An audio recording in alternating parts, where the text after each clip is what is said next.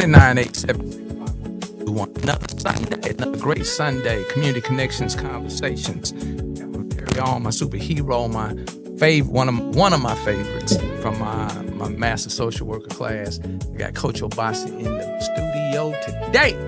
All day. Coach, let them know who you are, sir, and what we got going on. Hold on, matter of fact, let me go over here, turn this music down. I'm bootlegging that music, so let me get that music off of there. All right, Coach, go right ahead and let them know who you are, sir, and what we got going on. Oh, excited. We excited. This is Coach Obasi. Deli. We can call me Coach O if you want to, or you can say Coach Obasi if you can pronounce that name. But I'm excited to be here. I do not live in the state of Mississippi anymore. I have 2 states I live in. 2 is better than 1. I live in Missouri and I live in Mississippi. So I have doubled my capacity to be able to get the message out to heal the community. Wait. Doubled my capacity. That's all I wanted to hear. Yeah. So we say we partners in crime, but at Community Strong for Jackson MS, we're not just partners in crime. We're partners in community. So as being partners in community, we want to make sure we reach out to people in the community, let them know that we are here to service you, but you are so much service yourself by making yourself available to not just listen, but get other people to listen to the instructions of what we're going to be talking about today. So again, my name is Coach Obasi, and I'm here to serve you and receive the resources that you have to bring to the community. And Coach, hopefully this morning we're going to be speaking on my favorite. What has been my journey the last 4 years, Coach? Fatherhood. That's been the theme of what you've been doing, and you've been doing a great job. It's just that what happens is that you have to take a break sometimes. Okay. You have to take a break and start working on that fatherhood within your own self. Ooh. Because you've been working on the fatherhood with others who are your sons, but sometimes our sons don't want to listen. Hey, Coach, I got to bag up and bag out and breathe. I like that. Bag up and bag out and breathe.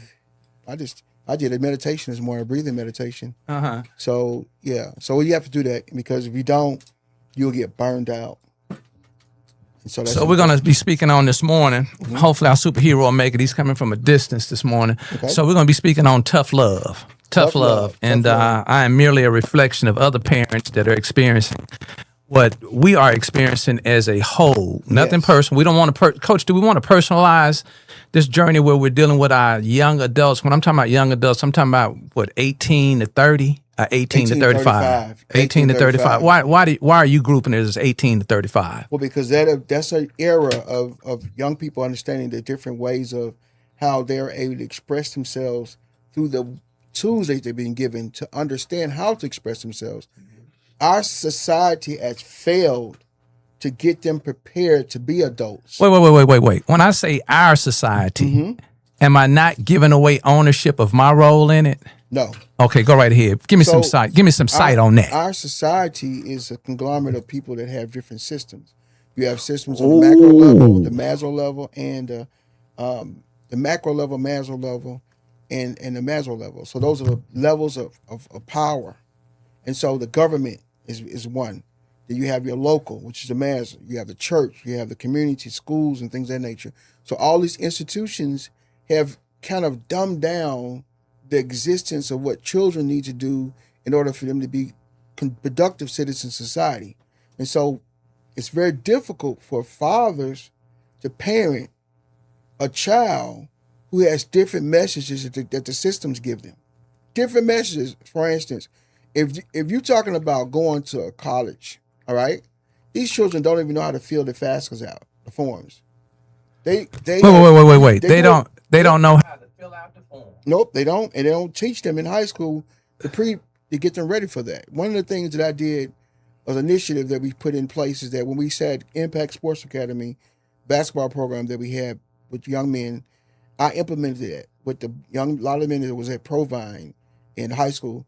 I implemented that we would teach these young men how to fill out these forms, so their moms wouldn't have to fill it out for them.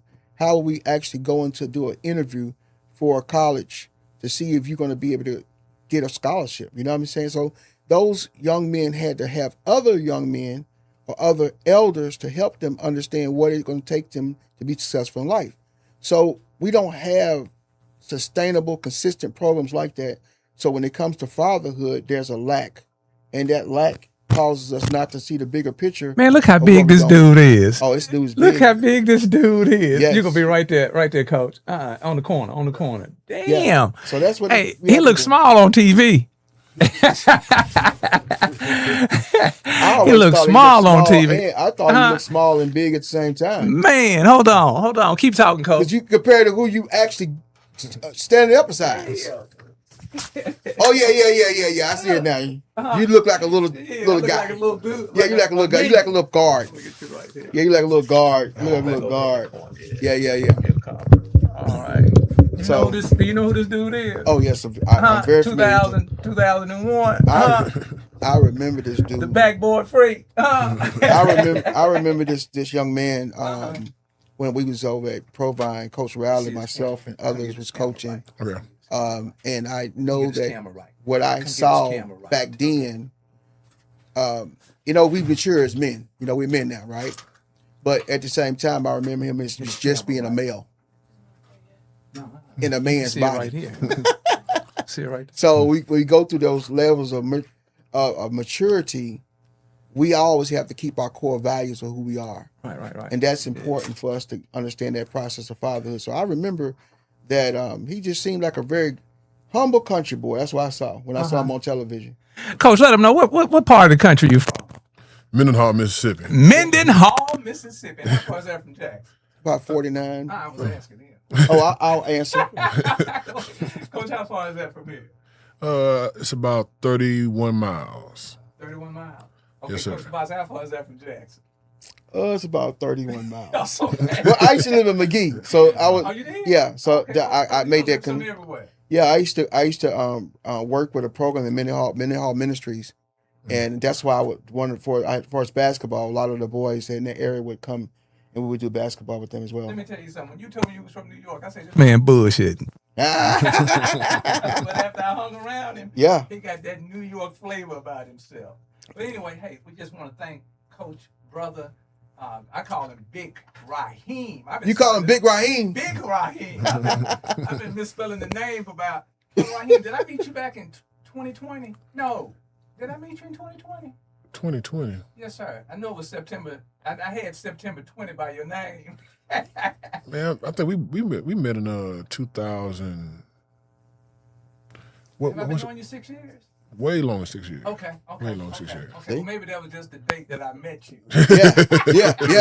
That's all right, we're going to keep that over there. All right. Yes. Coach, here you go.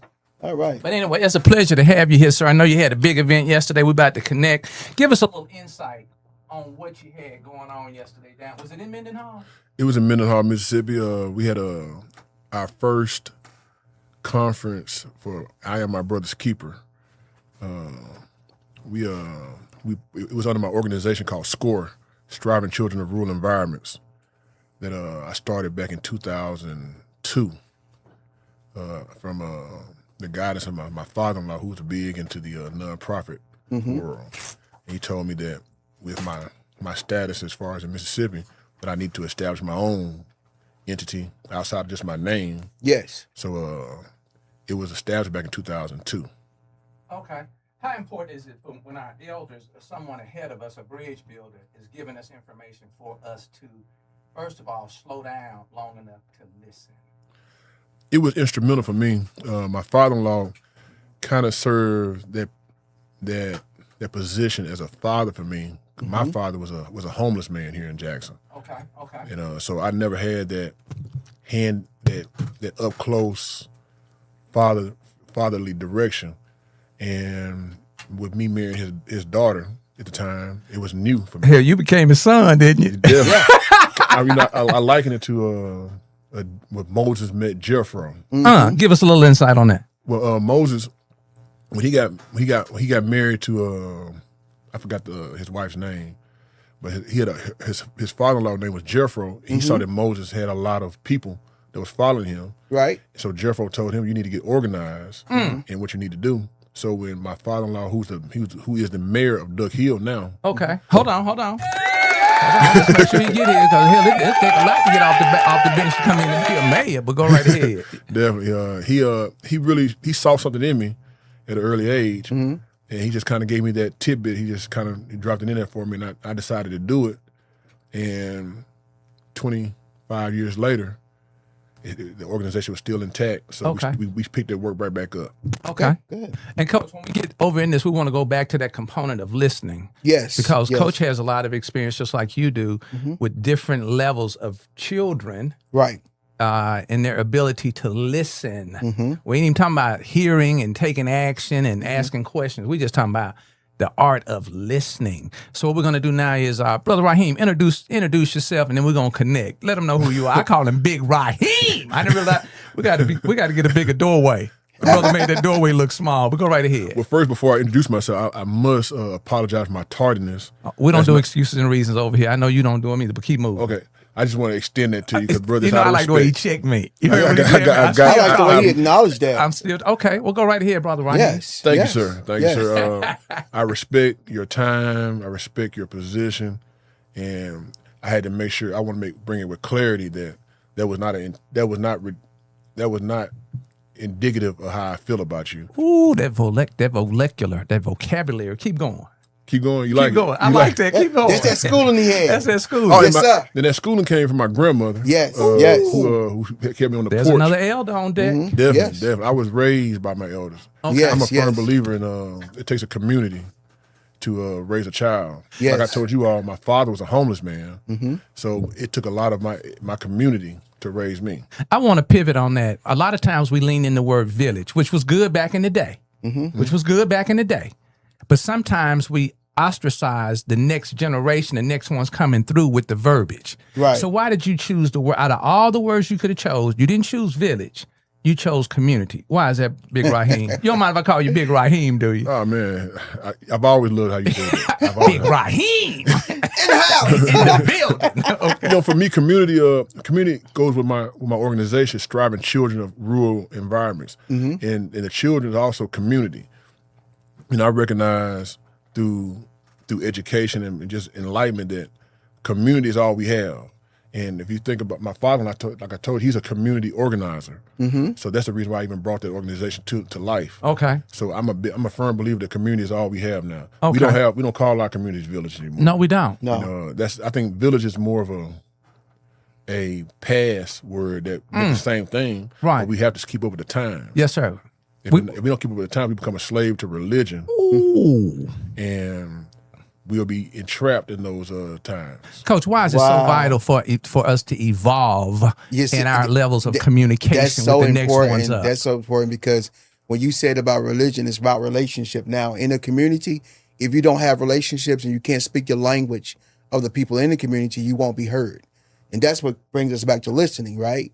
So community has two different words. It means to what? Communicate and unify. And so I love the way you broke that down, because it's imperative that we make sure that we communicate, but we can't communicate if we ain't unified. So we've made a transition to make sure that the village is intact, but at the same time, the village is something that most generations, in this generation from 18 to 35, they don't see that. That's truth. That's So true. we have to redefine it by making sure we have a community that's what? Strong. That's important. I recognize one of the things that the enemy does for our people. The who? The enemy. All right. Our opponent. And he uses our disconnect in our communication, our language. Like just that small thing, the difference between community and village. Yes. That will have caused years of disconnect of the very thing that we are here to serve. That's right. You know, and that's petty. And then we let petty things. I think I'm in the scripture right now. Yeah, go ahead. Well, you got to tell me that, because I don't be in it. But I understand. Bring me to the light. I'm here to translate that for you, brother. Oh, I like that. I'm here to translate that for you. Yeah. guy. And I'm here to interpret. I speak many tongues. superhero. I speak many tongues. Yeah. I just told you. That's what we are. Yes, sir. Yes, That's sir. right. I told you my father was a homeless man. Yeah. So I respect the homeless just like I respect those that live in the castle. That's important, because like with Jesus was a friend of the sinner. So lots of time people, they say that the Jesus ministry, you have to actually do the works of him, because you have to be all things to all men to win one. You cannot do that effectively if you can't speak their language. Look out So now. go ahead and tell me about that language that you're speaking. You know, I understand love, Yes. and I know how to express love in many different ways. You know, you know, as men, as boys, we like to express love through the act of sex. And Yeah. I got you, I got you, I got you, I got you, brother. Kicking and screaming. I got you, I got you. You know, our Yes. first thing of love is feeling good. That's it. And when we experience the tender touch of a woman, that felt good. Felt great. And when that happens, we allow it to become tainted. Yes. In the way that we acquire it. So we have to grow into manhood and recognize, and as a child, we put away those childish things. So that manhood struggles against that childlike nature, and one of them wants to win. Wants to win, so it's in a constant battle. Constant battle. And we know that wisdom guides us, Yes, sir. and that wisdom is in the form of a woman for most men. Because the woman already sees. She sees it because she's already been out there. And she survived it. Yes. So it's for us men, we have to allow the woman to guide us.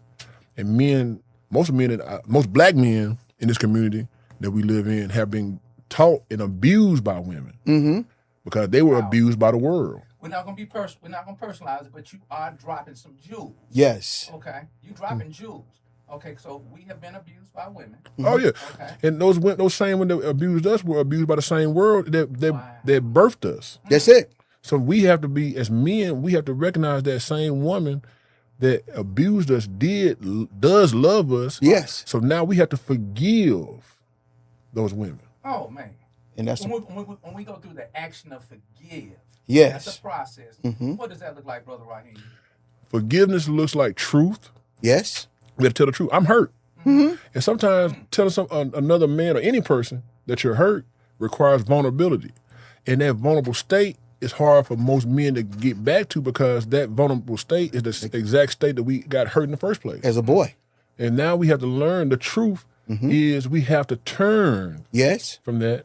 And once we turn, we have to power through and make our journey in what a lot of people want to call Jesus walk, the Jesus walk. Yeah. Yeah. And you know, for me, like I told you all, my father was a homeless man. Okay. He was also a Muslim. Yes. So I was not inclined to believe in the whole Jesus thing. Yeah. Yeah. Why? So it took me a while to recognize it's not to, because my father and them did a work on me to prove to me that Jesus was not who he was. Right. But I recognize now I had to do my own research That's right. that Jesus was his words. That's it. And That's we have it. to obey those words. That's it. And Brother L always gets something when I use that word obey. Obey. One of my favorite words. That's what. Yeah. Yeah. But some kicking and screaming back to it. Oh, no doubt. And I recognize that obey word is something that most men want to be done from them, but we don't want to obey. Because I know for me, I didn't believe those words were to be true. Right. Until I practiced those words. And when I practiced them and I saw the truth in them, I had to surrender. And that surrender is real difficult and Oh hard. my goodness. Especially when you have an ego, and the ego means when we edge God out, it's the God of our understanding. It's not so much of the traditions of what we've been brought up with. Because like you said, as being a boy, you may interpret the world a different way. But through the process of becoming a man, it takes women to guide us. And sometimes it's very difficult to submit to and obey some women that's trying to guide us. And women need to also that other side of the team needs to understand that they have been damaged. Yes. Amen. And they have the authority because they are now in a teacher position Yes. to mind themselves. Because they're raising the next what? The Generation. next one's up. All We right, can- go ahead, Brother Rahim. I recognize for me, my biggest thing was I'm a warrior. Oh, yes, you are. I played Yes. basketball. When I show these videos, Oh, yeah, yes, I'm a you're warrior. definitely a warrior. I'm a when I warrior. saw the videos, Yes. I'm like, damn, that's who that is. Yes. Oh, yeah. Okay, go Yes. right ahead. I'm a warrior, not just in basketball, which I was one in basketball, but I'm a warrior in life. Life. Yes. I'll fight you tooth and nail. I don't have a problem dying. If I die, I die.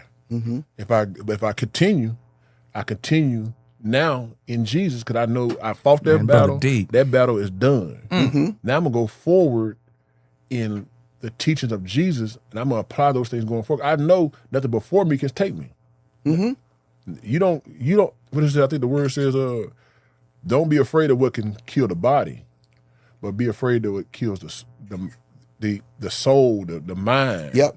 Kill all of you And the body, yes. destroy you. That's right. So that portion for me is an easy walk. Good. Because I'm fearless in that aspect. Talk to us, man. That's how we're you talking play about. ball. We're talking about tough love. Yep. We're speaking on I am my brother's keeper. Let me connect it so we can go on and jump in this because we got a lot to say in a short amount of time to say it. Oh, these are my people. I had them flown in from Nairobi, Kenya. Beautiful people. I love them. I just can't come simple with you. I got to come complex. The community, the whole community. I love it. I got to be tangled so you can untangle me. All right, guys. Let's do this. Let's connect. Man, this is gonna be great. Oh, here we go.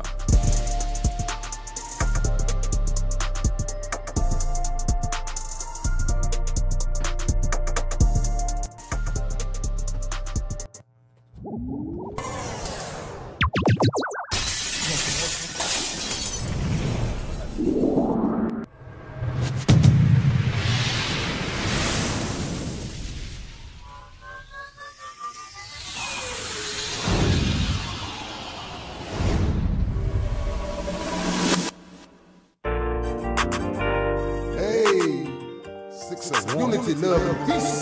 Get peace. Love, community, strong. Hey, everybody.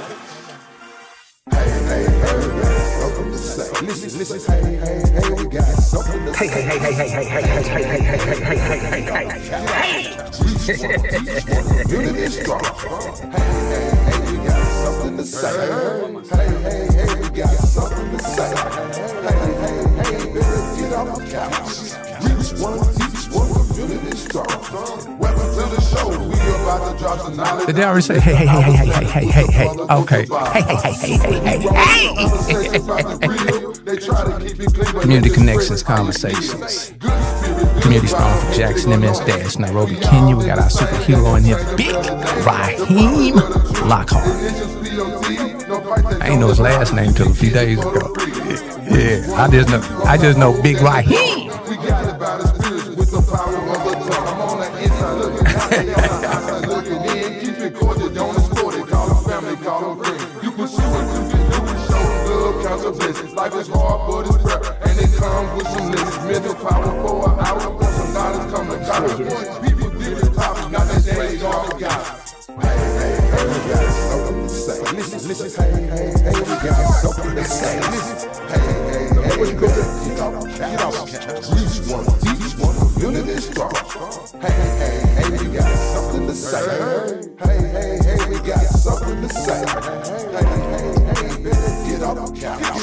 Reach one, teach one, community strong.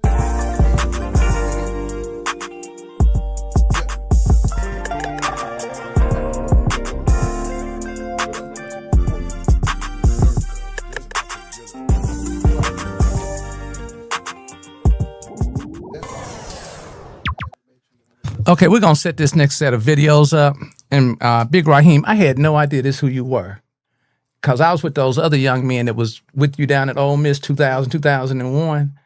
I actually did the T-shirts for them when they won the state championship. And that was a bad group, them three guys, the Three Musketeers. Oh, yeah. The Legion of Doom. Yeah. So when I saw the videos, I'm like, damn, that's who that is. Yeah. Because I remember a little, was his name Harold? Jason Harris. How is he doing? He's coaching now at Arkansas Parkview. He's from high school. Okay. That's good. That man there exemplifies it ain't about the size. At all. It ain't about the size, it's about the heart. Killer. He was a killer point guard. Oh, yeah. Okay. Did you want me to do the video first, or do you want to read what I pulled off of something? Which route you want to go? What's going to have the best impact for us? Let's go to read. Okay, go right ahead. Oh, okay, excuse me. What word we using, Coach? Reflection. Okay, we're doing a reflection. This was a moment in my life that will be with me forever. I gave my life to basketball, and this one was one of the rewards it gave me, and I'm thankful. It did give me the riches I once sought. it gave me self-worth that no man can take from me. This was a personal accomplishment that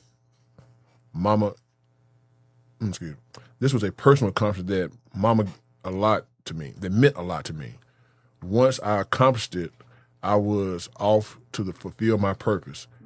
Be the best man I could be a man that protects and provides for his family, community, and be a light for those in the dark. That's something that I know I have done. My worth is not how much money I made, it's my impact on the lives I've impacted. The doors I've opened for others. They know who they are. What I have learned has made me the man I will be for the rest of my life. That is a God-fearing man that knows what his purpose is. That is to live in abundant joy, peace, and righteousness. It is written plain as day in Micah 6:8. Life ain't hard, people make it hard. Give me a little insight to life ain't hard, people make it hard, and then we're going to cue this video up. Go ahead. Life's not hard. When I referenced Micah 6:8, when I was a young boy, my grandmother, she was a big church lady. And I used to always ask her, well, Grand, what's the Bible all about? And she just gave me the verse Micah 6:8. And in the first beginning of Micah, Micah is telling, he's giving the complaints of the children of Israel. That's right. And in those complaints, he tells them, what does the Lord require of you? And this is the part that's not hard. That's right. He requires you to do justly. That's right. Have mercy. Have mercy. And be humble. Walk humbly in the eyesight of God. Because it really confused me as a kid for a long time, the whole Jesus being born of a virgin and that whole story, that just confused me. Yes. Like, how can a woman be a virgin and have a baby? I couldn't understand that. But it was like Micah 6:8 said, man, nigga, just listen. Do justly. That's it. Be humble. Be humble. And have mercy. That's it. And when it was just that simple. And I practiced that for a long time. And that's why I credit all my success in life as being, I've always done the right thing. I might mess up. I might fail. But I've always went in it with the intentions of doing the right thing. After I've done the right thing, I did not allow myself to become arrogant, because I said I'm gonna remain humble. That's right. And being humble allowed me to show mercy for others who didn't know. That's important. All right, so hey guys, I want to run y'all back in history. And Brother Rahim, if you need to yell out or shout out or say, hey, pause that right now so I can interpret that for you guys, you stop me. I got you. Okay, let's go to work. It's about 3 minutes and 31 seconds long. All right, Coach, can you see it or you good? I don't have to see it. I can see it. You already know? Okay. Here we go.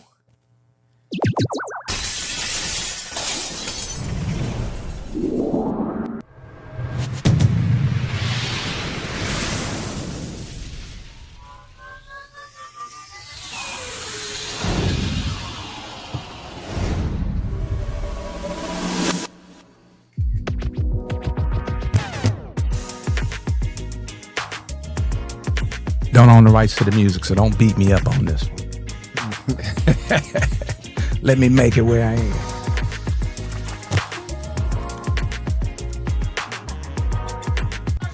Huh? You thought I was playing when I told you? Let me rewind. Coach wasn't ready for that one. Hold on. Coach wasn't ready for that one. Yeah. Oh, brother, if I can speak on, I see you got the event from yesterday. I just want to talk about Brother Chuckway. We're gonna get that. Oh, okay. Yeah, Yes, sir. we'll get that. All right. Yeah, yes, sir. I want to talk about this young man. Oh, he was crazy now. Hey, check this out. He was crazy. How old are you in this picture here? I was about 22. Hey, looking like baby face. Yeah, real good, like Baby Hugh. Yeah. But he ain't no baby Hugh when you walk out on the court. Oh. Do you remember the game that you all had participated in? I believe we had just won the SEC, and we had beat Alabama at our home court. Okay. And I had predicted to everyone before the season started that we were going to win the SEC. And they had predicted us last. So that's what I said. I thought I was playing when I told you. Okay, here we go. Here we go, y'all. Strap yourself in. Put your helmet on. Make sure your parachute got the shoe in it. All right, here we go. Thought I was playing when I told you. And right now, the fans are around the floor because we just won the championship. Okay. Is that Aaron Harper? Yeah. What a nice move that was. That's Jay Reed right there. We had a bunch of Wait. Who is that right there? That's Rahim Lockhart. I can picture it in my mind. Coach, let me ask, Big Rahim, could he guard you? Who? Whoever it was down here in the paint. Let me bring this back. So, Not at all. hold on. He just in the way, really. Not he at made the highlight film. Here we go. Nice move that was. Nah. Here we go. He was a child. we had a bunch of young guys and some veterans that were looking They didn't forward to realize what making I had this a spent my season whole of summer remembrance. You don't making sure I was measure getting hard stronger like I ever inches. been. I was Unfortunately, just that's why like he's 3, playing I was about for 400 Ole pounds Miss. at that time. You look strong. Who is that guy right there? That's Rahim Lockhart. Did you have a nickname or a court name? Well, Jay Reed used to call me Big Hoon. Yeah, he called Big Home. Big Hoon. And the reason why he called me Big Hoon was because when we were freshmen, he wasn't there. Buck Flanagan, the point guard, he was from Little Rock. Okay. He really couldn't say my name. And we were out partying one night and he just kept on messing my name up. He would call me Rahim. He said, man, I can't say your name, man. I'm just gonna call you Big Hoon. And so Big Hoon was born. Big Hoon was born Okay. out of the mouth of Buck Flanagan. Shout out to Buck Flanagan. All right. Ho. Let me bag this up. What we got? What kind of what we got going? What kind of motion we got going on right here? Did y'all just win it? Oh yeah, I think we just won. No, we ain't. That was we beat VCU Okay. on the road. That was a big victory for us. That was in the NCAA. No, that was a Regular That's a regular season game. Okay. That was a big regular season game for us.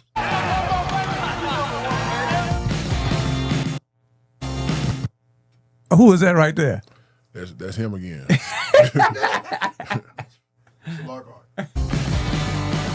Seven, Harper for three. Big shot. Harper's Aaron name. Harper, the freshman, once again delivers a clutch basket. The number 3 seed in the Midwest, Ole Miss. How did that feel? Number 3 seed in the Midwest. That was a big accomplishment for us. We had just lost the SEC championship game to Kentucky, which we believed if we would have won it, we'd have got at least a number 2 seed at the time. So, You remember any players on the Kentucky team at the time? Did you give me 2 or 3 of them? Tayshaun Prince, Keith Bogan, and they had a big freshman who was bigger than I was, Jason Parker. Okay, he was a center. He was the center. Were you center for? I was. Okay, all right. He wasn't strong enough though, was he? Oh, he was way stronger than me. Matter of fact, we lost the game because he punched me in my face. And I'll tell you, he almost gave me a concussion. No. Matter of fact, he did give me a concussion. Okay. We need to get that paperwork Oh, on I here. do. I need that. I need that. I press charges and all. Tell me about the little point guard, about size and heart. Man, he and I could not stand each other. Are you serious? Oh man, he wouldn't shoot. He wouldn't pass the ball. He thought the show was. Matter of fact, my junior year, we struggled because he thought the team belonged to him, and he had to learn with him shooting out on ball. We were just a mediocre team. Okay. So then next year, he decided to play a role, and that's how we got to. So you were a senior when you guys made this run? Yes. Okay. All right.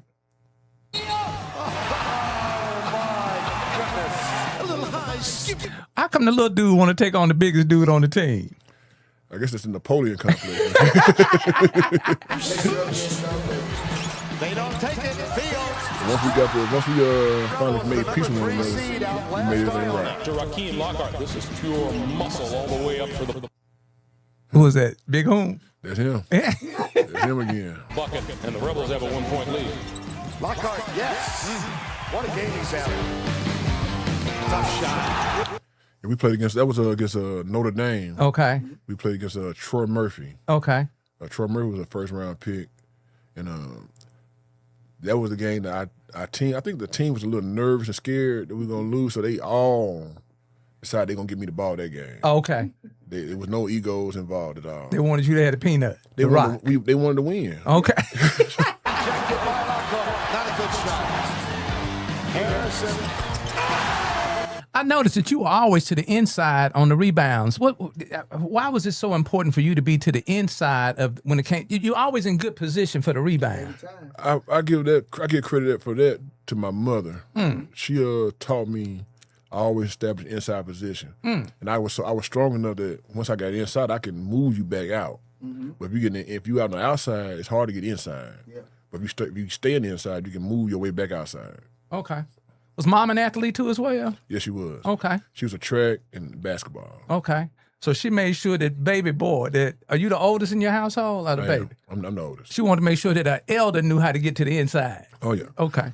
And I'd be remiss not to talk about my father with that. My father played basketball as well. He played for the Harlem Globetrotters. No joke? He did. Okay, hold on. Where my... Go ahead. James. Oh yeah, he played for the Globetrotters back in the 60s, with the 60s. His brother went to Chicago. Okay. As a youngster, and so back then it was a lot different than it is now. Okay. The Globetrotters basically had a local city team. Okay. And, they played for competition. Right. He wasn't part of the entertainment trial. Okay. He was more the competition squad. Okay. All right. So there we go with that listening again. You had to listen to the people, the bridge builders Definitely. in front of you. Okay. If you don't like the word elders, let's say the bridge builders. Yeah. All right. Okay. Let's make you comfortable where you are. As long as you get the information. That's it. Okay.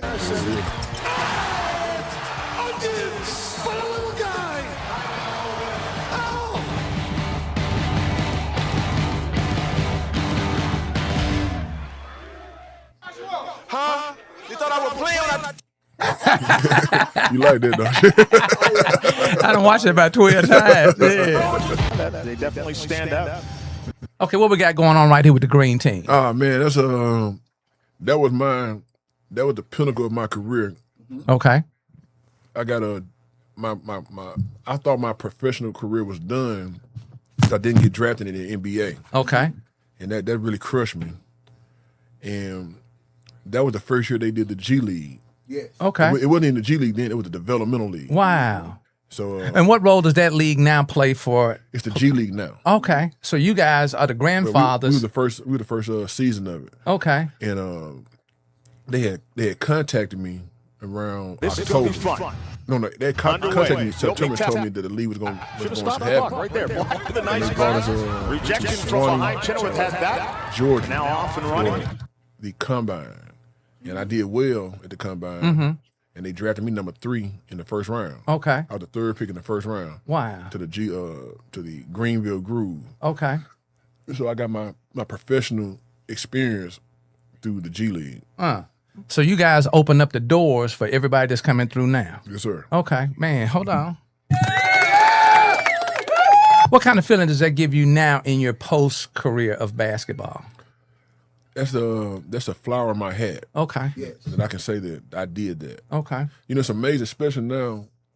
It's dangerous to me how with technology, Yes. these kids can create their own history. They can doctor it up and make themselves something they didn't work for. Yes. But that's something that's documented that I worked for. Wow. So no one can tell me that I didn't matter. This is rare footage from 2001 of the first ever bucket scored in the G League history. I remember when that play happened, I said, man, I got a chance to get the first 2 points. Why you running down the court right here? That's why I was running so fast. I like, man, I'm gonna get this ball, man. I'm gonna do something to it. But the guy had shot. He shot. Matter of fact, he took 2 shots before I got the ball. And the only reason I got the ball because I ran down and I caught the ball at the rim and dunked it. So you got that experience. Oh yeah, I like that. I like Oh, that. yeah. It's always good to be at first in something. definitely. That's really important. That's really good. And this is not that particular play. I'm gonna come back to that. This is another game here, but we're gonna come back to the first come back to bucket. that. Yeah, to the first bucket. Okay. Okay. Thank you. I got my little engineer in here, Chris. He told me it had stopped, so I think it's still playing now. All right, here we go. Block with a nice pass. Rejection. This not the first game though, is it? Oh yes, it is. Is it? Yeah, I believe it is. Yeah, it is. It is. Is It it? is. Okay, Yeah. my fault. From behind. Chenoweth had that. And now off and running. Who's that coming down the court like a point guard? Lockhart ahead of the pack.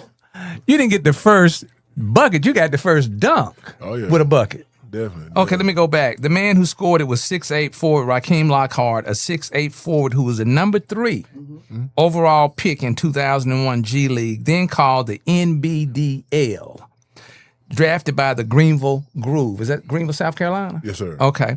Rahim played at Ole Miss from 1998 to 2001 and helped the Rebels to a 27-8 record in the NCAA Sweet 16 as a senior. Yes. He only played one season in the G League, but he averaged 11.1 points per game. Looked like y'all had another shooting point guard on that. Oh, yeah, a bunch of them. Boy, 7.2 rebounds per game and helped the Groove win the first title in league history. Oh, yeah. Hold on. I would be remiss if I didn't come this way before we get to the next component of your life. Okay, so here we go. Yes, sir. John, that's exactly what Milton Barnes told me. He says we Looking are like not a that baby. big, but we are going to run the floor. How old were you then? Lockhart, I was finish. that's 2000. Well, and just trying to create something out to C-Say. Okay. On the floor. Gets it high in the clock. And you know how to follow the ball. Did you know he was gonna miss that? I was just trained to always follow the ball. So Okay. that was more of that was discipline and instinct. Okay, discipline and instinct. Okay, and listening. Definitely. Okay, all right. Listening is the first thing. Let me bag this up again. Boy, you know you got these guys that like to shoot the ball, coach. Trying to create something out to C-Say. Puts it on the That was, something I had floor. to Gets it high in the just glass. It's early. Lockhart with Aaron the Harper big was follow. taught me that. He's going to shoot it. Rahim Lockhart, you follow. See, watch the ball movement right here. He's at the top, Rahim, just and like he's you shoot watching down his there, team, I can and he shoot out just here. times it, and nobody knocks him out. That's him right there. See, everybody's leaving him alone. And they turn, really they love watch the complimenting ball. your You've style got of to put a play. body on a big. And that's one reason I love LeBron James is that he does what's necessary. Okay, And he does it at such a high level, he dominates it. okay. So sometimes people don't give him enough credit because he just dominates doing the small things. It's easy to hate, Oh, man. but if you're hating, that means you're still alive. And that's the thing I recognize. People hate on what's dominant. Yes. You don't never hear nobody hating on what's mediocre No joke. or what's, So-so. what's so-so. Yeah. They don't never do that. They hate on what's dominant. On what's dominant. Here, we got a little something here. The storm that was sent to break you is going to be the storm that God uses to make you. Yeah. Give me some insight on that. Yes. Man, that's life. We just talk about that hate. We see it a lot of times. We just talking about community, that our own surroundings will recognize the things that are different in it, and they'll turn against you to make you what they are.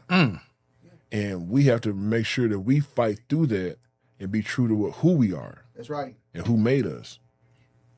That's important.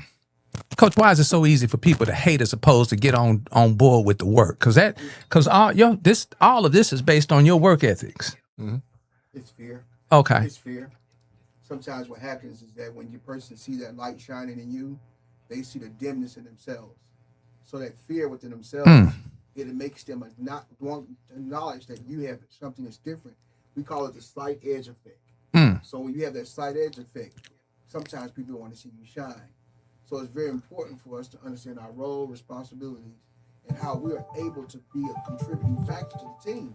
But you can't do that if you don't do one thing. Number one, listen. If you don't listen to yourself, first and foremost, you'll never be able to grasp what other people are saying. It's important. Wow. Okay. Let me go ahead and finish this clip right here. Hold on. Here's another one right here, Big Rahim. Stay strong and have faith. Keep going even when life gets tough. Challenges come and go, but your resilience will carry you through. Yes. Give me a little insight on that. Man, that's I don't know who said it, but that's a heck of a statement. Could you read that again? Yes, sir. Please? Stay strong and have faith. Keep going even when life gets tough. Challenges come and go, but your resilience will carry you through. You spoke about a little, not disappointment, but you did a little slightedness when you didn't make the draft. Right. So how were you able to bring the same productive resilience of energy to the G League? Yes. That was like a rebirth for me. It was like I was dead in the water, and I saw I had an opportunity, and that I did not see coming. And I said I got to make the most of my opportunity, and it reminds me of which I think this a scripture says, "Oh ye of little faith." Oh man, You know, it amazed me that the slight bit of resistance Yes, tests our faith, it does. and it reveals our character. And when I recognize that your character has to be improved, that's when you got to start back over. You got to start back from the beginning. you've overcome so much already. Don't forget how far you've come. Keep your head high, stay strong, and keep going. Wins and lessons. Brighter days are ahead. Wins and lessons. Well, we're gonna say wins, losses, and lessons. Brighter days are ahead. I like how you said that wins, losses, and lessons. Yes, There are lessons and wins, yes. but you can't see them because of the shine of the wind. That's right. But the light is so dim in the losses, all you can see that's valuable is the lesson. So losses and lesson is, to me, are synonyms. Okay. They're the same things. Okay. If you got a positive mind frame, you know you're not a loser. You just know that the loss means you need to learn something to become a winner. Wow. Okay. Not why me, but win me. Definitely. Yeah, definitely. not why me. You started. You create your own word. Say what? You create your own word. Coach, you know how we I get love at. it. What's that Okay. word again? Win me. Win me. Oh, I got that. WHEN or WIN. Win me. Well, you about to say something, Brother Rahim? When you said why, I learned when you start asking that question, why, you gotta ask yourself, I look at it as an acronym, who hurt you? Wow. What do you mean when you say who hurt you? When you're always asking why this and why that, you're really saying who hurt you. Okay. Like who hurt you to ask the why. Okay. Instead of instead of accepting what happened, you want to ask why did it happen? Wow. Which takes away from what, Coach? The lesson. Yeah. But you know what though? I'm a therapist. I'm a psychotherapist. I do it for every day. I'm gonna use that. Okay. So what- why? Who hurt you? Who hurt you? You need Who to write hurt? that down, Chris. Who hurt Who you? hurt you? I like that. Who hurt you? Yes, sir. Right there. What does that say about that young man there compared to the man now? Oh, that man right there will fight you physically. I remember when I started coaching. I've coached in a lot of different communities. My first community was Taylorsville, was a country town, so all the kids were going to listen to me no matter what. Oh yes. My second community was Grenada, and them jokers were hard headed. Yep. They athletic though. Oh, they were athletic, but they were some street guys too. Yeah. Uh-huh. And I had to tell all of them. I said, man. And then I went to Madison, them Florida kids. They needed a little bit of aggression. And I got you. I told them, I said, man, because I'm a laid back guy. Uh-huh. I'm not a rah rah. Now when I get pumped, when I get stirred up, I get rah rah. But just my every day, I'm laid back. And I told him, I said, I had a pregame speech. I said, man, don't let my gentle demeanor fool you. That's right. I want you to understand, I'm 6'8", 300 pounds, highly aggressive. Don't think because I coach chill and no, I'm not that. I'm this 6'8" body, I know how to use it. So please, just do what I ask you. That's it. Please. Please. Just do what I ask you. Don't make the aggression come out of me. You would like me with a man. Yeah. Were they able to relate to that? Oh, quickly. Yeah. Okay. They understood. God understood. Big Rahim, what's the geographical makeup? Not the profile, but the geographical makeup. You what? 6'8", Highly aggressive. and how much weight you carrying behind? 300 pounds. There's a lot of pressure now. Matter of fact, these guys had that mentality. I got my uncle. He was kind of a lot of their uncles and all that. Them been to prison and they were in the gangs and all that. I said, I want you to understand now. When you go tell your uncle, don't be surprised when he doesn't do what you think he's gonna do. Right. Because your uncle sees who I am. Right. I'm 6'8", 300 pounds, and I'm highly aggressive. 6'8", 300 pounds. And Highly aggressive. Not very, but highly aggressive. Exactly. I'm gonna see how far you want to go with it. Man, look at the form on that one right there. That's a pretty shot, ain't it? That's a pretty shot. That's why I was so mad at them guards. Man, give me the ball. I can shoot. They missing an extra 15, 20 points. Exactly. Yeah. And the thing is, I shot to win. Right. I didn't shoot to impress. Right. Man, my shot's gonna be, we trying to win. Right. We convicted with intention on the win. man. Yeah. That's beautiful for him right there. That's not a mister, is it? Oh, that's money. We call it butter. I got that shot for him from Aaron Harper. Okay.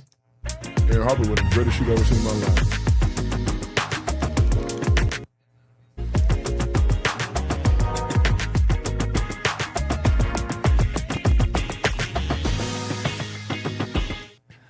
Who is that guy right there, Brother Rahim, right now today? That's a father. That guy, that's a father, a brother, a mentor, a community leader, a man.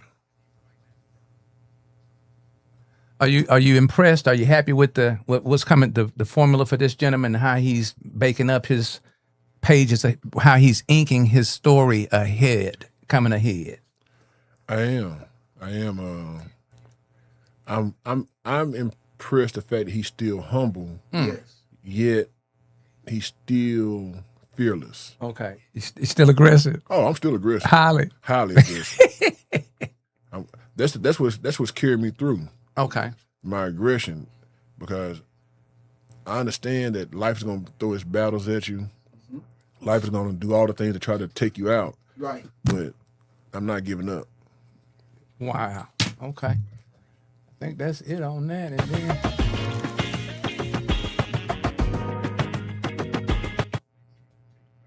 Okay, these next 15, 20 minutes, Coach, Brother Rahim is going to give us a little insight, and I'm going to let y'all bounce it back. I'm going to get over here and just engineer. Okay. I am my brother's keeper's breakfast. You got something you want to feed us on this, Brother Rahim? Yes, sir. I recently have stepped away from the day-to-day rigor of being a basketball coach. Okay. Basketball started becoming more of a distraction of my true purpose. My true purpose is community building. Yes. I recognize that our communities are under attack. I can see it clear as day. And with that attack coming, we got to have a game plan. We got to have some strategy. And who's the person that's in charge of that game plan, that strategy? That's a coach. That's it. I won several games in basketball, and I said, now it's time for me to switch gears of the game I'm playing. Yep. And I want to play a game that actually means something. You know, at the end of every season, you get a trophy when you win in basketball. Right. But I'm looking for that trophy in life. And I want to be able to take children, women that are fatherless and don't have a husband. I want to be able to take a community that needs fathers, that needs leaders, and turn that into wins. We look at our situation right now on the coast. The young man that got killed. Yes. Nolan Wells. That's tragic. Yes, it is. That's a real loss. And where are the men to come in? Where are the men? Right. Powerful observation. Just 300 miles north, we had a black baby. I say black because there was a black baby. Yes. Killed by a white police officer in Senatobia. Yes. These are things we have to acknowledge, and we are in Mississippi. Where are the men? I'm thankful that we have a brother up there, Patrick Alexander. That's my boy. Patrick and I, we go way back too. I'm thankful we have a brother that's there on the boots on the ground, that's protecting that community. That's right. And serving his purpose. That's it. In that. So, these are things that I cannot ignore. Brother Rahim, identify 1 to 3 components of what his purpose and role is in that situation in Senatobia, from your perspective. His first purpose is protection. That's it. He has to protect the community. He has to protect them emotionally. He got to protect them physically. He has to provide healing to the community. That's right. These are things that he has to do. And that takes a man to take care of that. Then, after protection and provision, he has to come up with a game plan. And where we go from here. Yes. So he has to. Queen Precious It's amazing because when you said that, I just got on the phone with another brother, David Mosley. Oh, yeah. And basically, David, we was all talking about what happened in San Antonio, Senatobia, and basically, we was talking about the protect, provide, but also we was working on getting the game plan with Patrick as far as what's going to happen afterwards. Because the fortune is in the follow-up. It's what you do when you follow up after a situation happens. You get to the point where there's a tragedy, then after the tragedy, then everybody go back to the same business as usual. Why is it that when we have these situations, like you said, there's no men? So you have to go back to find out why it happened, but then it goes back to what you said earlier, that hurt. Oh yeah. You know, that acronym for why. So talk to me about the incident, the situation you had when you did Brothers Keepers, and how was this breakfast so powerful in making sure that we come up with the game plan? Well, I and my Brothers Keeper was inspired by some events that happened in Simpson County. Okay. We had 2 young men to murder an elderly white couple. Okay. Just a few months ago. And it just hit me. So I know where I am. I'm in Simpson County. That's right. Yeah. You know, the land of Lloyd Jones. That's it. You know, I know my community. I know what's out there. Right. And I know that was not going to be taken kindly. That's right. You know, so my thing was, what could I do instead of just talking about, man, that's messed up, somebody need to do something. What could be done? I said, well, I asked the Almighty to give me a vision of what could be done. Okay. I said, first of all, we got to get organized. Number one. So I said, how do I organize my people? The only thing I could think about was, one thing I know my people like is food. They love it. They love it. That's the carrot. Oh yeah. Oh yeah. I know they love food now, especially free food. That's it. And I said, I want to make sure the food was good and all those things. And also, I recognized the time we was in. It's the beginning of school. That's right. So we did a school, school supply drive. That's right. With the food as well. But also, I looked at what do we need to go with that. I invited brother Chuck Way Lumumba. Okay. Who now that I said that relationship is special to me. Yes.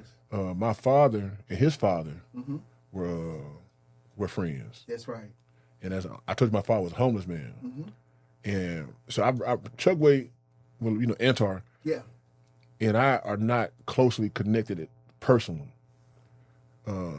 I was connected with his father through my father. Okay. And my father and I would visit at Chuck Way's father's Fair Street law office. Yes, sir. And so I would go there and meet with my dad because my dad didn't have a home. Right. So his dad would allow us to meet in his conference room or his office to spend our time together. So when his father passed, I remember Chuck Way, that's when me and Antar finally connected. Yes. And I said, man, you know, whatever you need, you know, whatever. And then he went through the situation he's going through at the city. Yes. I connected with him. I said, man, whatever you need, once again, whatever you need. And then when I came up with this breakfast, I said, man, we need a speaker. Yeah. And I know Antar's a great speaker. Oh yes. And I also recognize his reputation is taking a hit.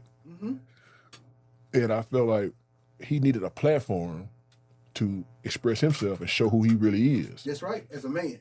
As a man. That's right. You know, a lot of people are assuming they know what happened. That's right. And I recognize that, once again, I say the word enemy. That's the it. enemy is going to paint a picture and only express their perspective of what happened. That's right. But I wanted him to have an opportunity to speak for himself and show, not even with his speech or his words, but just his action.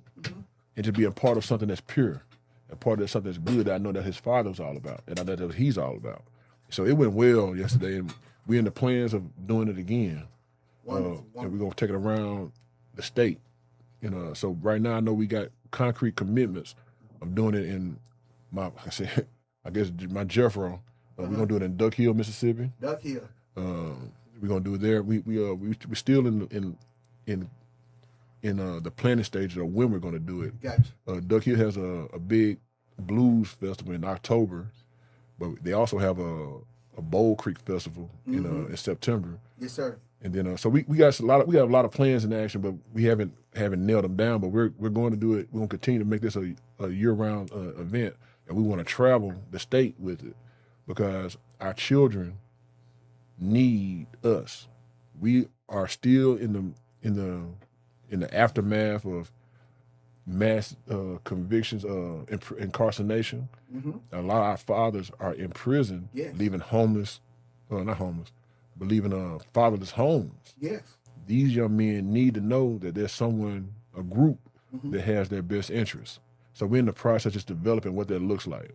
Well, I'm glad you mentioned that, because what it does is it's what we call connecting the dots right now. Mm-hmm. Because, see, for instance, us sitting on this couch here, I did not plan this. We talk about the divine, you know, and you were saying names about Patrick Alexander. I'm talking about Chuck White. All these guys are great friends of mine, right? So they're friends not because of our relationship. We're friends because of the seeds that we were sown in each other's lives, Mm-hmm. right? And I see yesterday there was a seed that you sowed in the lives in the people in Mendenhall, right? So from that seed that you sowed in the lives of those, what type of investment do you actually want to get or reap or harvest? What are you expecting to get just from that particular event that happened yesterday? We know I'm a seed sower that doesn't have expectation. Okay. You know, and that's one of the things I'm working on is developing expectations. Mm-hmm. I feel that doing the work is the first step of anything. Okay. And then as you do the work, the vision will become clear. And that's important, because a lot of times, and the reason why I asked that question is because the work we do, working with people, like I used to coach as well too. I retired in 2015 from doing any type of coaching. Everyone that came before me, I kind of just gave that mantle to them and moved on. And when I did that, I started coaching the basketball court, and I started coaching the mind. I was already a therapist and a licensed therapist, but I just took it to a higher level. So I had a concept called reality, recognizing every attitude, limitation, and irritation towards yourself, first and foremost. Once you recognize that, then you'll see how you fit in the process of helping a person become a better version of themselves. So what happens, we as men, sometimes we have what they call false expectations. Mm-hmm. So because you did this event yesterday, it was a success, right? Mm-hmm. Now, the fortune is in the follow-up, and you already got plans to get it done, but you never said that, and I could tell the genuineness of a person. You never said you had all the answers or you knew what the next steps were. You said that you were in a game planning phase. Mm-hmm. And I like that. And that's important, because the individuals you mentioned, they're in the game planning phase too, in reshaping themselves, rebirthing themselves into the person they need to be. So from a standpoint of you being a father now, why is that so important, of you being a father now to people that you didn't even birth? To young men you didn't even birth. Why is that so important?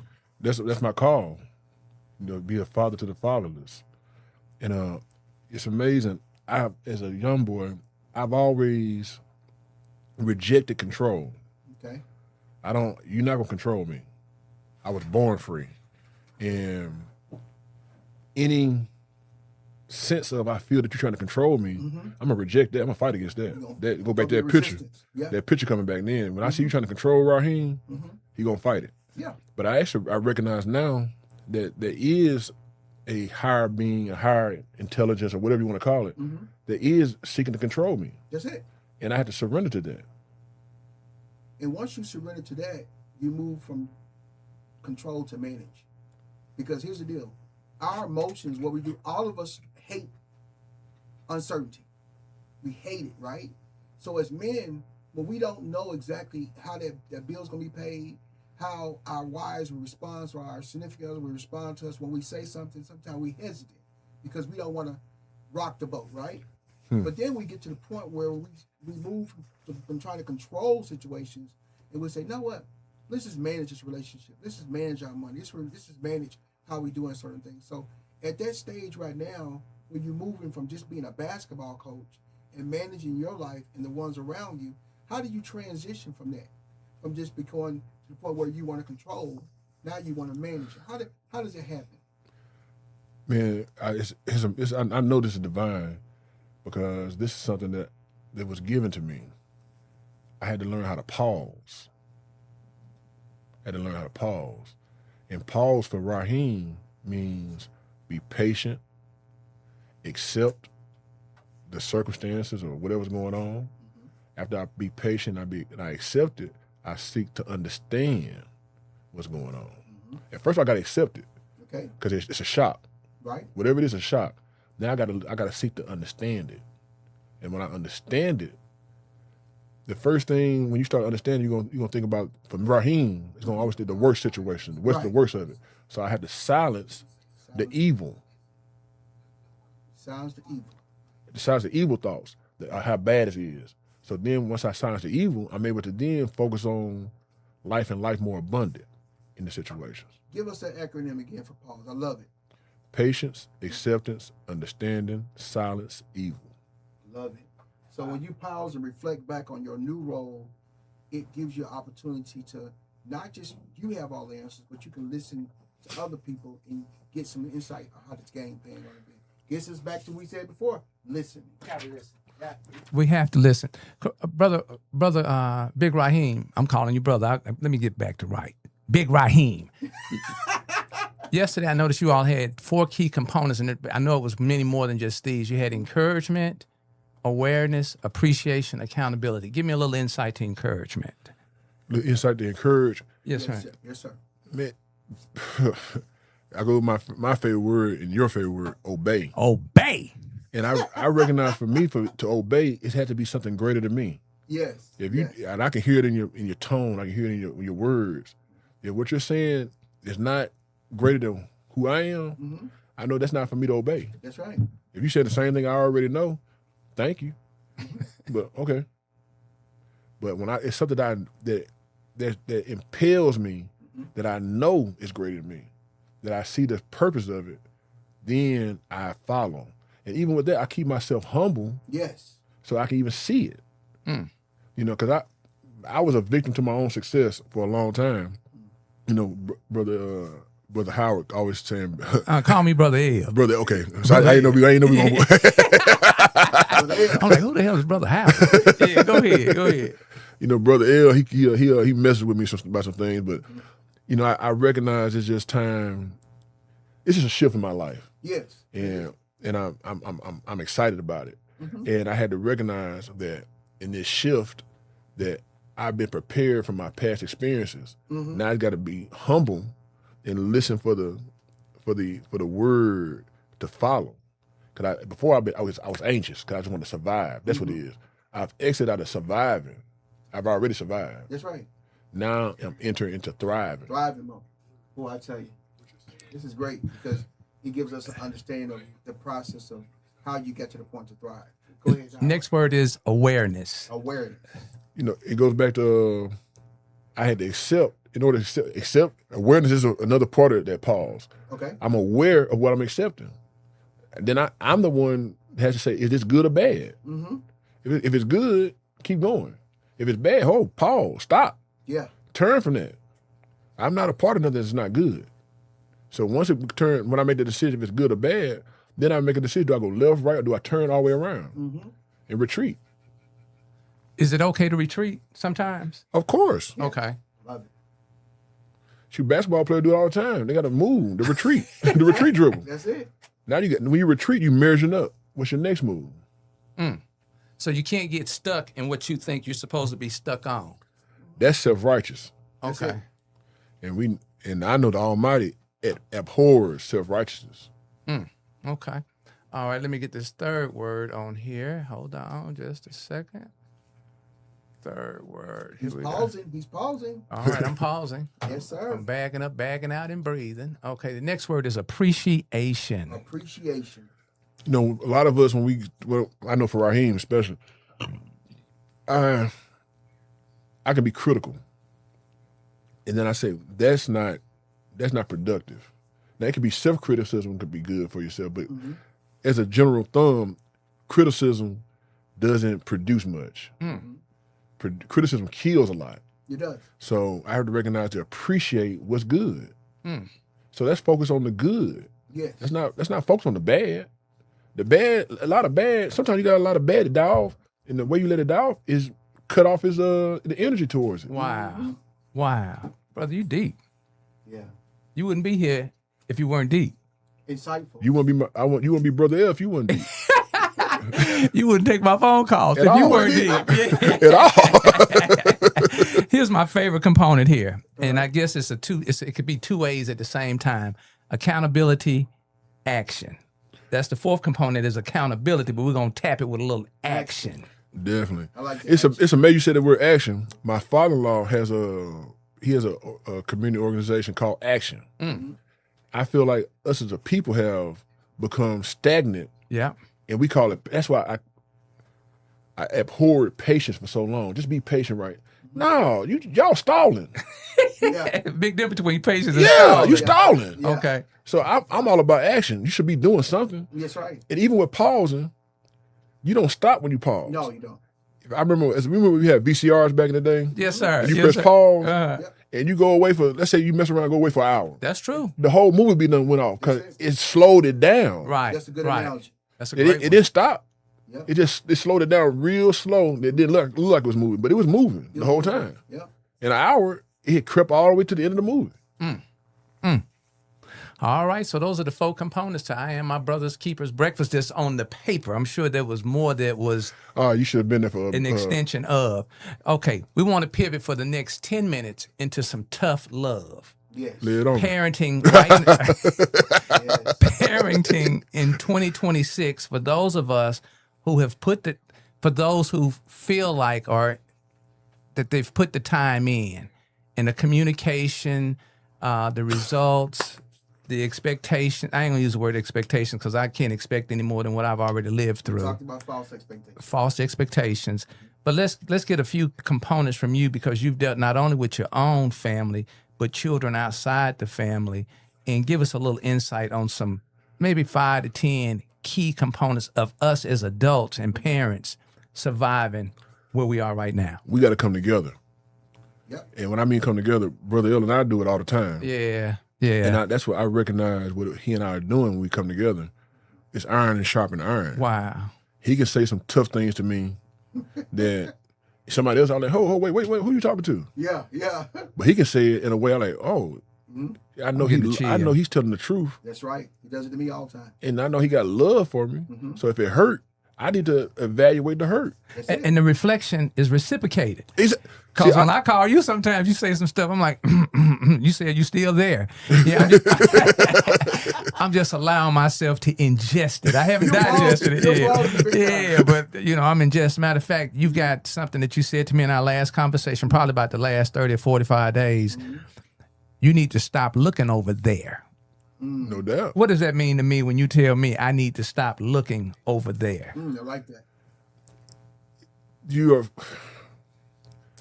When you get whatever you give attention to, you're giving power to it.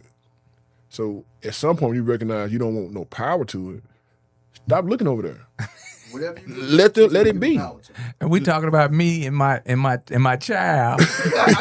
I know. And I was talking about some accounts and some financial thing. And brother Rahim, Big Rahim said, well, I'm glad somebody else echoing the same thing. yeah, Brother Rahim said, that's important. you don't have to look over there if you don't want to. I'm like, really? Exactly. Okay. But that's that part of, I said the word earlier, that control part of us. That's it. Yeah. We want to control Yeah. it. I still want them to be You gotta 13, manage it. 12. You gotta- gotta manage it now. Sometimes you got to release it. Let it be. The only way to release it is that you have to put it into a process because the old version of yourself always wants to control everything. No But doubt. the new version of yourself, that's why I say that when people talk about their relationship with God and all that kind of stuff, I'm saying you got to be the God of your understanding. If your understanding if it's your God understanding is watching VCR, watching the videos and social media, and that's what you're doing, that's your God you serving. I said, what do you mean? Because that's when you devote most of your time to. That don't mean that that's the wrong or right, but that's the reality. Now, if I'm spending my time with God by prayer, fasting, supplication, and doing those things, don't criticize me because I'm going to something that works for me. You know what I'm saying? So I've got to the point where I realize that I cannot control anything that God has not given me the authority to be over. So now I manage it. So my children, I have 3 children, and they're adult children. Parenting an adult child is different than parenting a child that's at home. And sometimes being able to have nephews and nieces, like my nephew over there, it reminds me of how to parent effectively because I don't have the patience I used to have before. Because my mind will take me back in that control mode where I want to control him, his actions, what he say, and everything. And then God has shown me, no, you just need to manage it. And therefore, you won't be so discombobulated when something doesn't go the way you want it to go. Powerful. So you're absolutely right. Being in a position where you're just waiting on what the Creator is telling you to do versus you going back in that old mindset and say, I want to control it. I got to check on this. No. Pause. What's that second? Give me a second component of parenting. Grown folks, grown children. And going for yeah. You got to trust your work. Trust your word. Oh, trust your. He said your work. Your work. Work and your word. Yeah. Trust your word. Your work and your word. You got to trust the fact that you've already poured into them. You can't repeat again. See, people think I'm just a basketball player. My first occupation, I was a farmer, and you don't keep tilling a field once you till it. It's till. Trust your word. Trust your work. Now you gotta recognize put some seeds out there. So when you put that seed out there, now your job is not to get back on the tractor no more. It's not. You got to just take the hoe, Brother, you deep. and you got to start weeding the weeds out. Okay. Number 3. Give me number 3. The third one. You doing well. I love it. I love it. Number 3. What's going on? Number 3. You gave me the first 2. You gave 2. What were the first 2? The second one was you got to trust your work. Trust your word. Okay. Okay, then. The first one, I don't recall. What was the first one, Coach? I totally forgot it. I thought it was Paul. Okay. But you got to trust your word. Now you got to water it. Okay. Once you water it, because we already hold it out.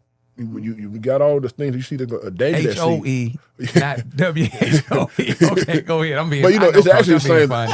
It's the same thing, sir. I'm being sick. That my sickness reared its head. Go ahead. No, it's okay. not. It's actually it's true. Okay. You got to hold the weeds out. I'm a farmer. Right. You got to take that hoe and you got to protect that weed. Okay. You not protect that seed from those weeds. Wow. Now you got to water it. Okay. Now, How do we water that from a distance when they're not listening and engaging with us? Once you recognize they're not receiving it, your job is just send an email. Just send a mail. But send a text message. We ain't got to engage. Okay. You see they go that control. I want to control it. And those weeds are distractions. Definitely. Okay. Those distractions, those weeds are the old mindset. The weeds are all those things that you thought you could control. That's what he's talking about with the hoe. You're hoeing it out. So you're hoeing it out. Yeah, All right. So give me. You got a fourth one for me. So I don't have to engage it. I can just send a message. Send a message. Okay. For me, I'm in a stage now with my son. Okay. That I recognize he's broke. Okay. So I say, you know what? How do I fertilize this situation? That's number 4. Yeah, we fertilize it. We're gonna fertilize. So I may refertilize. Expect all this, Sam. Okay. I may send him $50 and with no expectation. That's right. Right. I know you broke. I know you need something. Now your decision, whatever you do with it, that's on you. Man, you just gave me something. Okay. So I'm gonna leave it alone. I know I've done my job. Okay. So if you find out you and you destitute, it's not because you ain't have nothing. I did give you something. I had to separate from you because I know the connection I have with you. I love you. You said. So the discipline in myself said, you know what, I'm hurting myself by being engaged with you like this. Right. Yes. But because I still love you, I got to feed you from a distance. So I'm going to send you a cash out for $50 out of blue. Now, if you don't do nothing with that, like that's on that. you. You just My mom used to tell me, you're going to root hog or die po pig.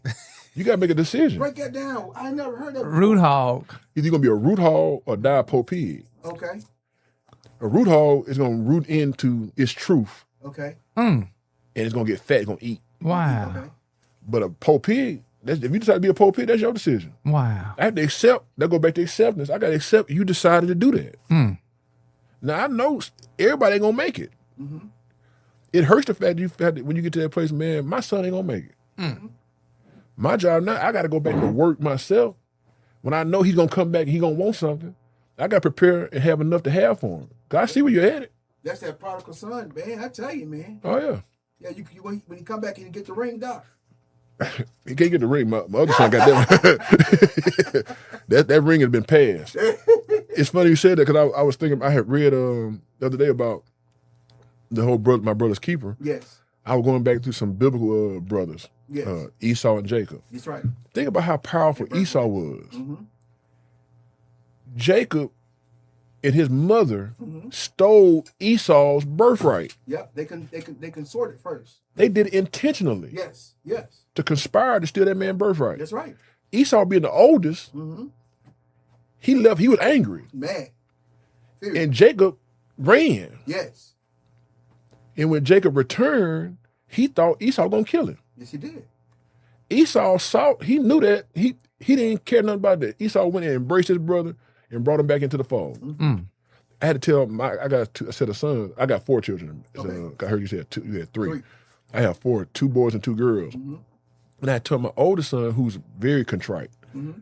I said he thinks he's above. I said, now if you're above, you got to be kind to your brother. That's right.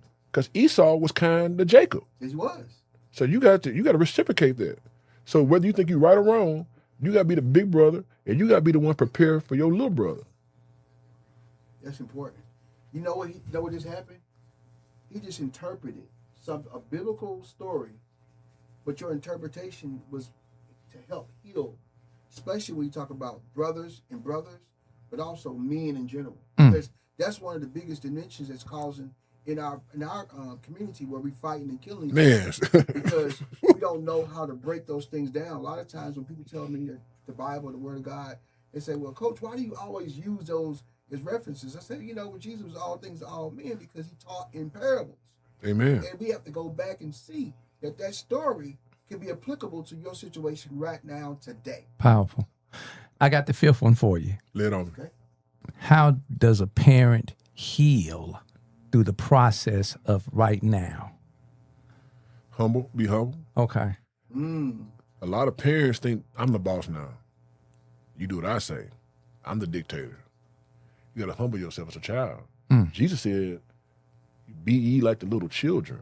Who he talking to? He talking to the grown folks. Ooh. All you grown folks think you know everything. You got to turn to a child again. That's it. Now, that's when you have to have your village. Actually, now I'm going back to the village where I ain't saying Go right now, ahead. you got to have your village in order and recognize who do you go to listen to. Brother Elder's one of my elders. And you one of mine. So And see, here I have a respect. It's never been, I ain't never came to Brother Elder and say, you the boss and this and that, or I say, I'm the boss. And Right. we both respect one another. So we know seasons are going to change. And at some point, I'm going to be a little bit knowledgeable. Same thing, it's going to be a season where he's going to be a little bit more, a little bit knowledgeable. And the way he has given me the knowledge that he has was kind. It was patient. I reciprocate that and give my knowledge to him kind and patient. And I'm ready to receive it. Same thing with you and I, Coach. Yes, and I'm ready to receive it because it's out of love and concern. Well, also we see each other as a mirror reflection of each other. Powerful. So when you see each other as a mirror reflection, you actually see yourself. Amen. So even when I've been talking to hey all the time, and he goes into one of his rants because you guys are rant. I can rant. When he goes into a rant, I get excited. He's like, why would you get excited? Because I'm a therapist. So as a therapist, I see that all the time with my clients. And most of the time, the clients that resistant and they're not able to express themselves, they have a hard time in getting better. But anytime you go to a relapse, your first relapse of anything is emotional first. Then it goes from the emotional stage to the mental stage. Then they hit the physical, right? So when I see that, I get excited because I say, man, now he's starting to see because he's avoiding it going to the physical part. The physical part, when they get to the physical part, that's over with. That's the person that crashed out, totally crashed out. But there's something that's very unhealthy. Our young men crash out a lot because they don't have any elders to keep them accountable for their actions. They have no one they can talk to and go to when their minds start wandering. And that's what I love about this relationship here. And we need to build that relationship towards the game plan. We need to build that relationship and make it more productive so that not just us in this little circle here to get with, but others. So what we've done with my nonprofit called Hope Now, which means healing our people every day through nurture, outreach, and witness. What we've done is that we created a project in Sedalia, Missouri, where we saw in the project called Project Better Men Now. So making men accountable to each other to help them through the process from malehood to manhood, because there's a difference between a male and a man. So it's going to take all of us collectively to work together and be responsible for each other to make it happen. So this is what we're doing. Community Strong for Jackson MS is not just an incubator where you sit in this spot and we just saying, oh, we're going to sit down and have a good old boys meeting where we coming together. No. This is a worldwide mission to help us to realize that if you got a resource within yourself, it needs to go out to the community, but it needs to reciprocate, and the community needs to bring the resource back to us. It's a give and take situation. So that's what really calls us to have that transparency in our vision. And what you're going through a transition, I'm going through a transition, and you're going through a transition. So we're doing this collectively, But we won't be successful if we don't keep this circle going on, because the only way you win is through consistency. Number 6, how do I, as a parent, when my child doesn't want to or isn't engaging with me, I can heal?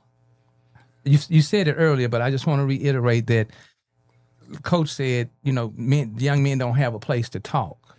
Man, I challenge you, Brother L, to remember who you are. Ooh. Just guys, let's take your son out of it. Okay. Ooh. If someone that You said, I know where you're going. You gave me this. You gave me this yesterday, a day before yesterday. Someone that you try to engage with resists you, right? You circle back. You engage with them a different way. Yes, sir. All you want is the engagement. You don't Right. care how it happened. Sometimes you may have to allow them to engage with you. Right. That's what I just said. Sending the $50. Right. Just a blind $50. That's right. He gonna see that 50. Whoa! You gonna have to respond some kind of way. Thank you, Daddy, or what's that for, Daddy, or I do it with my daughter all the time. or can I get it again, Daddy? You already, it don't matter how it happened. Right. You just want the engagement. Right. Right. So right. if I gotta tempt you with money, right. okay then. I know how to do this. Well, it's a seed you're planting. So Hey. what you're doing, you're putting the seed into that person's future. That's all. Don't take it personal. Mm-hmm. Move my ego out the way. Remain humble. We have to murder our do ego what now? every day. We have to die daily to our ego. And I have a group called Overcomers Anonymous, right? Right. Working with people to help them understand that they can get to the point where alcohol and drugs is not something that controls their life, right? So when we have these meetings, I always tell the participants, every time you realize that every day you walk, there's a difference between being clean and sober. Now you could be clean for 20 years. Right. You could be clean for 5 years, but guess what? You're not sober yet. What do you mean I'm not sober? No, because you got those character defects. I call them CDs. Those character defects have to die every day. Throughout the day. And guess what? Then you sober the next day. You sober the next day. And like, oh, I see what you're saying, Mr. Campbell. Because before you thought you was clean and sober, you got the same way that you used to do when you used to get high. You used to do all of those negative things in the past. So what you're doing now as a father, you die daily from that old man is trying to come back and say, oh, no, you inadequate. And you do what the brother said. Pause, but then put that seed out. Give me that acronym again with the pause. Patience, acceptance, understanding, silence is evil. Okay. All right. Hey, man, we got Big Rahim here. This won't be his last time being here. Yes. I got to ask this question in closing. Number 44, what does that signify? I noticed that you had 44 on your jersey. Yes. What's the deal on the 44? You know, first 44 was it really didn't signify nothing. It was just my favorite player was Derek Coleman when he was in college at Syracuse. Okay. But as I gotten older, it started being defined by my experiences. You know, the number 4 means some things. It just depends on what walk of life you come from. Then I look at both of them. It's an 8. Yeah. And with the 8, that for me is eternity. That's eternal, and I'm eternal. This is what I'm gonna be in all walks of life. I don't want to. I can't think of another word other than pride. I take pride in being Rahim wherever I go. Yeah. Wherever I go, he gonna go with me. Okay. Last but not least, you want to give us a little closeout on, not closeout, but you want to throw something in there to us again about I am my brother's keeper. This whole interview or this sit down conversation has been an expansion of I am my brother's keeper. Wow. I think you and I, on a personal level, we always are each other's keeper. Yes, sir. Now since I recognize you all have been each other's brother's keeper. Now I have engaged with a person I feel like could be my brother's keeper. Now we created a circle. That's it. And with a circle, we can really travel with this thing. I've already got some things with I am my brother's keeper. We're working on different spots and different dates to take our message across the state and across the region. Okay. So to me, this is just nothing but build. This is God once again working. He's continuously working. We tilling the field. We tilling the fields. We clearing the land. Clearing the land, tilling the fields. We taking care of the tractor. Right. We gotta get that thing rolling. Okay. And we doing our work. Okay. Big Rahim. Yes. When I say Big Rahim, I'm talking about big Rahim. Anybody? You had a pastor. I thought I had a picture of him. Did you want to shout out? Oh yes, oh yeah. Okay. That's my pastor, Pastor Jones. He's been my pastor since I was 12 years old. He's from Birmingham, Alabama. Okay. And he got imported into Mendenhall. Okay. He's been there for probably 40 years. And when I had some things that happened in my life that made me go back to the church. Yes. And he was there, and that's why you hear me talk about the Bible so much right now. Yeah. He has tied in a lot of his life lessons based out of the Bible. And I remember, I know the Bible. You know, I know it. And when you start trying to know the lesson, it made a whole lot more sense now than it did from before. Wow. All right. Coach, I want you to have safe travels going back. It's always a pleasure to have you here in the city on the couch. Yes. Coach Obasi, how you pronounce your last name? Deli. Deli. All right. And we just want to thank you so much. And we want to thank little Chris. Little Chris, come over here and sit right here. He ain't go to sleep on me. No, he's watching. Come right here, little Chris. Come right here. I just wanted to, before we leave out, I wanted to bring reference to when you were talking about that 44. So when you said that 44, that you add together, that means 8. So from a biblical standpoint, the word 8 means new beginnings. And that's what's happening with us coming together, because we have this circle. And so in the African tradition, we always say, let this circle not be broken. We will always hold each other's hand. We say, let this circle not be broken. And what can break a circle is the people not doing what? Listening. So we go back to that same principle. I'm excited because, like I said, I didn't expect to be here. I'm planning on going back to Missouri tomorrow. But when I came here, my brother said, come on to the show. And I was like, when I heard you was on here, I was excited because I thought about the days where Justin Reed and all that kind of stuff, and I thought about the days in the past. But everything is about divine timing. And the divine timing lets us know that this whole program that happened yesterday, it has to be something that it touches the lives of other people in different areas. So I'm really proud that you actually is going to not just do it, talk about doing it, but you're going to put something in play. That's very important. You want to speak right quick to Brother Chris? Hey.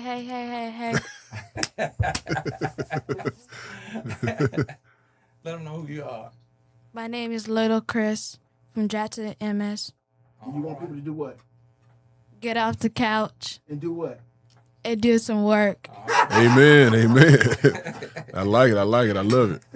Big Rahim, give us something to go back out in the fields on, sir. Yes. Get us out the bleachers. Get us out the bleachers. Make a difference. Be someone's light. Be your own light. Be the light. Go make a difference. Get off that couch, as my young brother Chris just said. I love it. Get off the couch and do some work. Oh, yeah. Hey, guys, as always, thank you so much for connecting with Community Connections Conversations. And prayerfully, you got something out of today. All you had to do was just sit back, relax, and listen.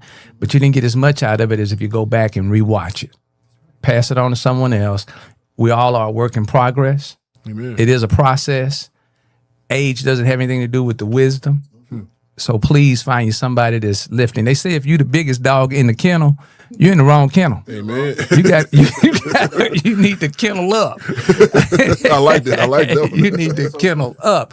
Last but not least, Brother Rahim, I've been working on getting you here for a year, so I want to thank you so much for taking time out of your extended schedule to come through and drop some jewels. Let's not let it be another year. Not at all.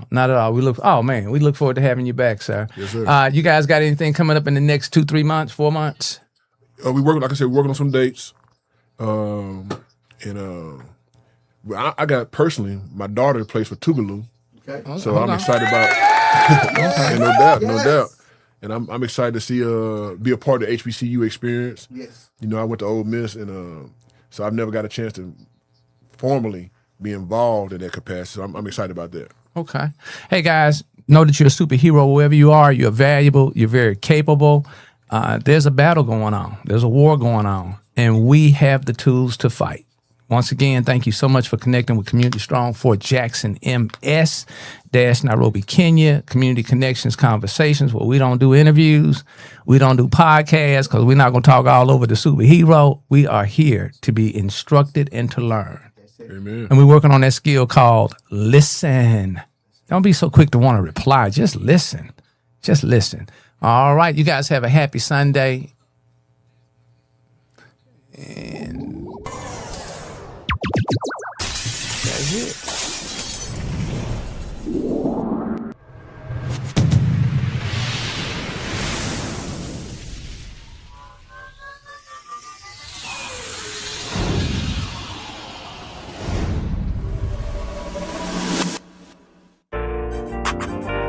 Hey, 6 unity, love, and peace. Get peace, love, community. Hey, everybody. Hey, we got something to say. Listen, hey, we got something to say.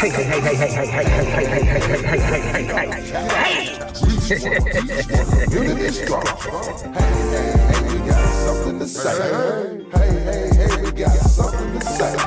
Hey, better get off the couch. Reach one, teach one, community strong.